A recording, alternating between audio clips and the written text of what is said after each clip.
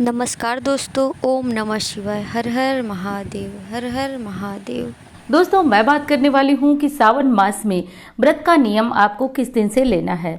तो सावन मास का जो संपूर्ण नियम आप लेना चाहते हैं, चाहे आप लहसुन प्याज छोड़ना चाहते हैं, शिव मंदिर जाने का नियम लेना चाहते हैं, पूरे सावन मास व्रत का नियम लेना चाहते हैं, चातुर्मास का कोई नियम लेना चाहते हैं, तो समझ लीजिए कि संपूर्ण मास यानी कि सावन मास का नियम आपको किस दिन से लेना है, 3 तारीख से या फिर 4 तारीख से। साथ साथ दोस्तों, सावन का पहला व्रत आपको कब से प्रारंभ करना है। जैसा कि आप जानते हैं कि हर साल सावन मास में मात्र 4 व्रत पड़ते थे। इस कारण महिलाएं क्या करती थी कि एक व्रत पहले का प्रारंभ कर लेती थी और सावन के 4 मिलाकर 5 हो जाया करते थे। क्यों 5 किया जाता है? तो 5 की संख्या हमारे हिंदू धर्म में बेहद शुभ मानी जाती है, तो इस कारण 5 व्रत किए जाते थे। और तो क्या अब जो है सावन का पहला व्रत हम 3 तारीख से 3 जुलाई से शुरू करेंगे या फिर दूसरा 10 जुलाई से। तो कब से आपको व्रत शुरू करना है, सावन महीने में क्या करना है क्या नहीं करना है, संपूर्ण नियमों और विधियों की जानकारी आपको इस वीडियो में प्राप्त होगी।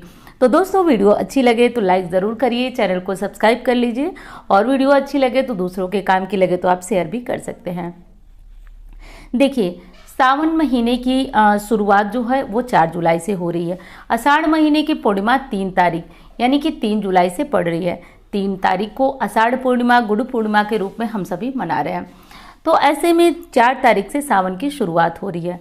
लेकिन सावन मास में जो पूरे मास का व्रत धारण करना चाहते हैं, सावन मास में शिवालय जाने का नियम लेना चाहते हैं, कोई उपाय करना चाहते हैं, कुछ भी करना चाहते हैं, तो आप लोग इसकी शुरुआत 3 तारीख से ही करेंगे। तो ध्यान से मेरी बात सुन लीजिए, जो भी आप सावन के नियम लेना चाहते हैं उसकी शुरुआत आप 3 तारीख से करेंगे। जो लोग चातुर्मास का कोई नियम लेना चाहते हैं, अब तक नहीं ले पाए हैं, वो लोग भी आज से यानी कि 3 जुलाई से चातुर्मास का भी नियम कोई ले सकते हैं। अब वो नियम ये भी हो सकता है कि आप पूरे मास शिवालय जाकर के जल चढ़ाएं। आप भगवान भोलेनाथ को 21, 11 या फिर 1 बेलपत्र, चावल जो भी चढ़ाना चाहते हैं, तो पूरे मास का जो नियम लेना चाहते हैं, सबकी शुरुआत आप 4 से अगर करते हैं तो ये गलती हो जाएगी आपसे। आप 3 तारीख से करेंगे, तो ये मेरी बात को ध्यान से सुनिएगा। एक दिन आपका छूट जाएगा यदि आप 4 तारीख से इस नियम की शुरुआत करते हैं। तो ध्यान से सुन लीजिए, व्रत हो कोई भी नियम हो, आप शुरुआत 3 जुलाई से ही करेंगे। तो ये चीज़, पहली चीज़ आपकी हो गई। दूसरी चीज़ आपको बताना चाहती हूँ कि पूरे सावन मास में व्रत रखते हैं तो बहुत अच्छी बात है, नहीं रख पाते हैं तो भी आपको मूली नहीं खाना है, कोई पत्ते वाली सब्जी नहीं खानी है, यहाँ तक कि हरी धनिया वगैरह का सेवन भी मत करिएगा, ये चीज़ें निषिद्ध हैं। रही बात दूध की, तो मैं पिछली वीडियो में भी बता चुकी हूँ कि दूध वैसे तो देखिए विषाक्त हो जाता है क्योंकि हरी घास गायें खाती हैं, लेकिन देखिए समय काल परिस्थितियों के अनुसार चीज़ों में बदलाव होता है। अब कोई पहले गायें चरती थी फिर खुले मैदान में, अब गायें चरती नहीं है और दूध भी पैकेट वाले आते हैं, पता नहीं कैसे होते हैं, क्या होते हैं। तो सब मिलाकर अगर मैं कहूँ भी कि आप दूध न पीजिए, तो जो लोग चाय पीते हैं, कॉफ़ी पीते हैं, वो दूध के बिना नहीं रह सकते हैं। तो आप लोग दूध वगैरह का सेवन पीने के रूप में ना करें, चाय या फिर शेक वगैरह जो भी पीते हैं उसमें आप लोग कर सकते हैं। पीने के लिए आप यदि पीकर दूध सोते हैं तो कोशिश करें कि न पिए, क्योंकि सावन मास में इन नियम मतलब दूध पीना मना किया गया है।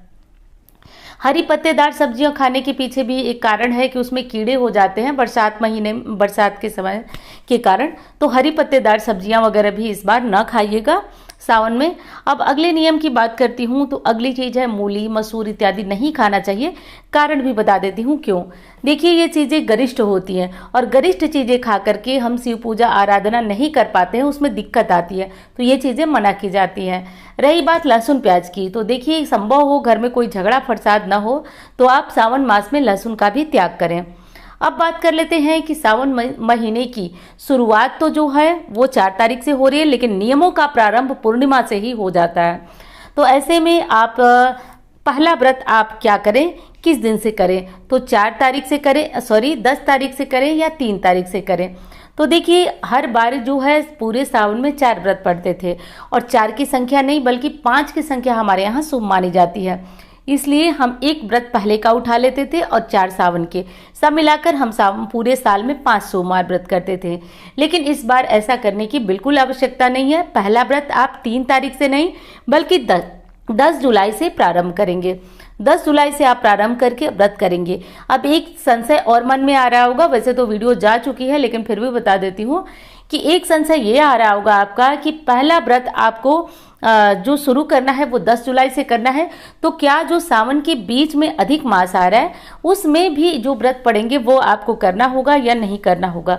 तो देखिए, वो यदि आप नहीं करते हैं, किसी तरह की शारीरिक दिक्कत है तो मत करिए, नहीं तो बहुत अच्छा है, वो व्रत भी आप कर लीजिए, उसके बिना आपका व्रत अधूरा ही होगा। लेकिन टेंशन न लीजिए, ये मत सोचिए कि व्रत आपका खंडित होगा, पूर्ण नहीं होगा।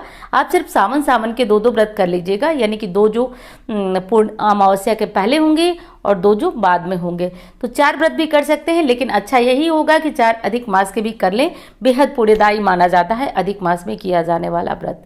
तो ये थे आपके प्रश्न जिनका कि जवाब देना मेरे लिए बहुत आवश्यक था। तो उम्मीद करती हूँ इन जवाबों से आप संतुष्ट होंगे।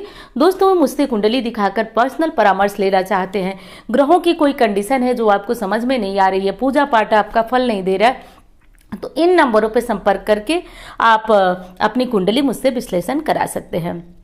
अगली चीज है दोस्तों कि किसी भी तरह से सावन मास में एक चीज का और ध्यान देना है कि जो लोग सावन मास में दिन में सोने का मतलब जिनकी आदत है और सावन का व्रत रखते हैं, वो लोग इस आदत को छोड़ दें, क्योंकि सावन मास में पूरे मास जो है व्रत रखा जाता है, तो ऐसे में एक मास अधिक भी बढ़ जाएगा। और कदापि आप ध्यान रखिएगा, बीच में जो मल मास अधिक मास पड़ रहा है उसे छोड़ना नहीं है, क्योंकि पूरे सावन का नियम लेते हैं, बीच में यदि आप एक मास के लिए छोड़ देते हैं तो आपका सावन मास का व्रत अधूरा माना जाएगा।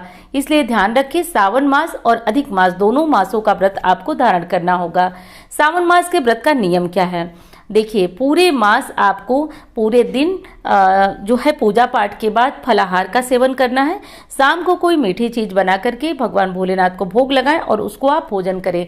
भोजन सूर्यास्त से पहले हो जाना चाहिए। तो ये है संपूर्ण सावन मास का नियम। इस मास के नियम का आपको ध्यान रखना है, दिन में सोना नहीं है, ब्रह्मचर्य व्रत का पालन करना है, तामसिक चीजों से आपको दूरी बना के रखना है। तो ये सब चीजें आपको अवश्य ध्यान रखना है।